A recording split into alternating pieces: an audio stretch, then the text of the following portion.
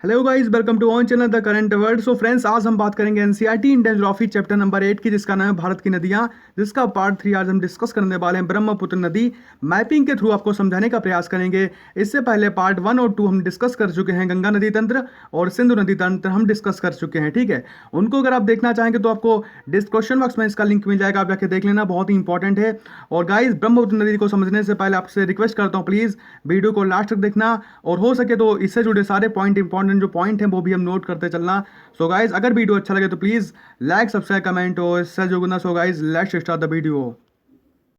So guys, Brahmaputra नदी 3 देशों से होकर के बहती है, चीन, भारत और बांग्लादेश।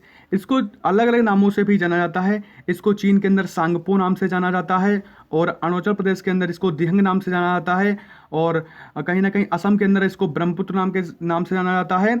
और जब ये बांग्लादेश के अंदर प्रवेश करती है तो इसको जमुना नाम से जाना जाता है। तो अक्सर एग्जाम में पूछ लेता है कि भाई अरुणाचल प्रदेश के अंदर ब्रह्मपुत्र नदी को क्या कहते हैं, तो आप बता देना कि दिहंग नदी कहते हैं, और चीन में इसको सांगपो कहते हैं, और असम में इसको ब्रह्मपुत्र कहते हैं, और बांग्लादेश में इसको जमुना नदी के नाम से जानते हैं, ठीक है। सो गाइज, ब्रह्मपुत्र नदी चीन के तिब्बत पठार के पास में मानसरोवर झील से निकलती है और हिमालय के साथ साथ पूर्व की ओर बहती चली जाती है।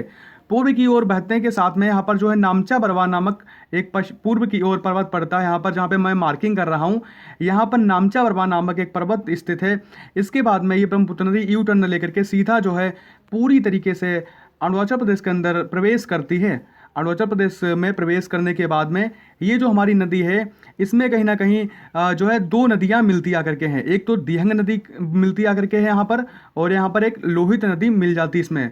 ये दो नदियाँ जब मिल जाती हैं तो दिहंग नदी जब इसमें मिलती है, इसलिए अरुणाचल प्रदेश के अंदर इसको दिहंग नदी कहते हैं। भाई, अगर आप किसी से पूछेंगे कि अरुणाचल प्रदेश के अंदर ब्रह्मपुत्र नदी को दिहंग नाम से क्यों जानते हो, तो आप बता सकते हैं इजली कि दिहंग नदी यहाँ पे आकर के मिल जाती है, इसलिए इसको दिहंग नदी के नाम से जाना जाता है। उसके बाद में हमारी ये जो रिवर है वो असम के अंदर जाती है। असम में इसको ब्रह्मपुत्र नदी के नाम से जाना जाता है। देखिए, असम के अंदर दो जगह हैं, धुबरी और सदिया। देखिए, सदिया यहाँ पर स्थित है और धुबरी यहाँ पर स्थित है। सदिया से लेकर के धुबरी तक असम में जो है ब्रह्मपुत्र नदी कई सारे नदी द्वीप बनाती है। इसमें सबसे बड़ा द्वीप है मांजुली द्वीप, जो कि दुनिया के अंदर सबसे बड़ा नदी द्वीप माना जाता है। इसको कहते हैं मांजुली द्वीप, और सबसे बड़ा नदी जिला भी इसको कहते हैं। इस पर धान की खेती की जाती है, और धान की खेती अच्छी होती है क्योंकि यहाँ पर काफ़ी ज़्यादा नमी पाई जाती है। धुबरी से लेकर के जो ब्रह्मपुत्र नदी है वो दक्षिण की ओर मुड़ करके बांग्लादेश के अंदर प्रवेश कर जाती है, और बांग्लादेश के प्रवेश करने के बाद में इसको जमुना नदी के नाम से जानते हैं।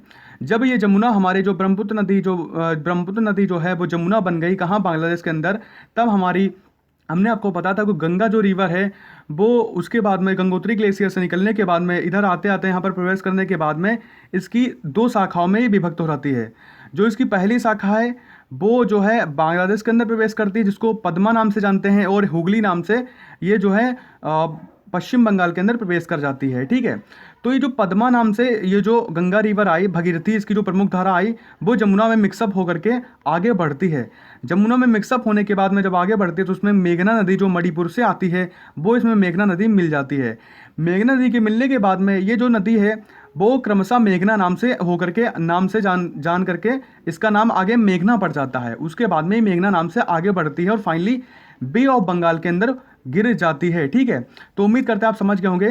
ठीक है, सिक्किम के अंदर, सिक्किम में जेमू ग्लेशियर से यहाँ पर एक तिस्ता नदी आकर के ब्रह्मपुत्र नदी में मिल जाती है, तिस्ता नदी, ठीक है। तिस्ता नदी जो है इसमें मिल जाती है, और बांग्लादेश में जो है पूरी तरीके से जमुना में मिल जाती है। ये असम में नहीं मिलती है, तिस्ता नदी बांग्लादेश के अंदर मिलती है। बांग्लादेश का बॉर्डर यही है गाइज, ये देखिए बांग्लादेश का बॉर्डर है, यहाँ पर तिस्ता नदी इसमें मिलती है जमुना नदी में, ठीक है। तो तिस्ता है जो कि सहायक नदी है ब्रह्मपुत्र की, आप इसका नाम याद रखना, अक्सर पूछ लेता है। और उसके बाद में बांग्लादेश में पद्मा और जमुना मिल जाती हैं, यानी कि जो गंगा की शाखा है पद्मा वो जमुना में मिल जाती है, और फाइनली ये आगे बढ़ती है, इसमें मेघना आकर के इसमें मिक्सअप हो जाती है, ठीक है। तो उम्मीद करते हैं गाइस आप समझ गए होंगे, ठीक है।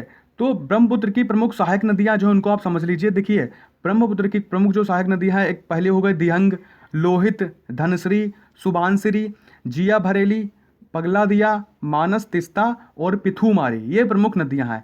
जिसमें से प्रमुख है हमारी दिहंग नदी, जो कि यहाँ पर अरुणाचल प्रदेश के अंदर इसमें मिक्सअप हो जाती है, अरुणाचल प्रदेश के अंदर मिलती है, इसीलिए अरुणाचल प्रदेश के अंदर ये इस ब्रह्मपुत्र नदी को दिहंग नाम से जानते हैं, ठीक है। और हमारी लोहित नदी बहुत ही इंपॉर्टेंट है, जो कि कहीं ना कहीं इसमें मिक्स हो जाती है यहाँ पर आकर के, ये देखिए असम के अंदर, ठीक है। और हमारी जो मानस, तिस्ता और ये जो प्रमुख नदी है तिस्ता, ये मेघना नदी के अंदर मिलती आकर के है। कहाँ मिलती है? जमुना में आकर के। जब बांग्लादेश के अंदर इसको जमुना नाम से जानते हैं, तब ये नदी इसमें मिक्सअप हो जाती है, ठीक है। तो उम्मीद करते हैं गाइस आप समझ गए होंगे। तो यही डीपली इन्फॉर्मेशन थी, ठीक है। प्रमुख रूप से आप ये याद रखना कि चीन के अंदर जो ब्रह्मपुत्र नदी उसको सांगपो नाम से जानते हैं, अरुणाचल प्रदेश के अंदर इसको दिहंग नदी के नाम से जानते हैं, असम में इसे ब्रह्मपुत्र कहते हैं, और बांग्लादेश में इसको जमुना नदी के नाम से जानते हैं। सबसे बड़ा नदी द्वीप मांजुली द्वीप का निर्माण करती है यह ब्रह्मपुत्र नदी, इसको भी आप याद रखना। तो उम्मीद करते हैं गाइस आप समझ गए होंगे, बहुत ही इंपॉर्टेंट वीडियो था। और गाइस इससे जुड़े सारे प्रश्न जो है हम अगले वीडियो में, जो हमारी नदियाँ, हमने जो 3 पार्ट डिस्कस की नदियों के बारे में, गंगा नदी तंत्र और सिंधु नदी तंत्र और ब्रह्मपुत्र नदी तंत्र, इससे जुड़े सारे प्रश्न हम कल लेकर के आएंगे और सारे प्रश्न आपको बताएंगे किस तरह के प्रश्न आते हैं। जो भी आपको हमने इंपॉर्टेंट पॉइंट बताए उससे जुड़े तो सारे प्रश्न आते ही हैं। सो गाइज उम्मीद करते हैं आप समझ गए होंगे। इसी तरह के वीडियोस पाने के लिए चैनल को सब्सक्राइब करके बेल आइकन को प्रेस कर दी, ताकि इस तरह की वीडियो आप तक सबसे पहले पहुंच सकें। गाइज प्लीज़ वीडियो को जो है लाइक शेयर कर देना और कमेंट में आप जरूर बताएं कि आपको वीडियो कैसा लगा। सो गाइज जय हिंद।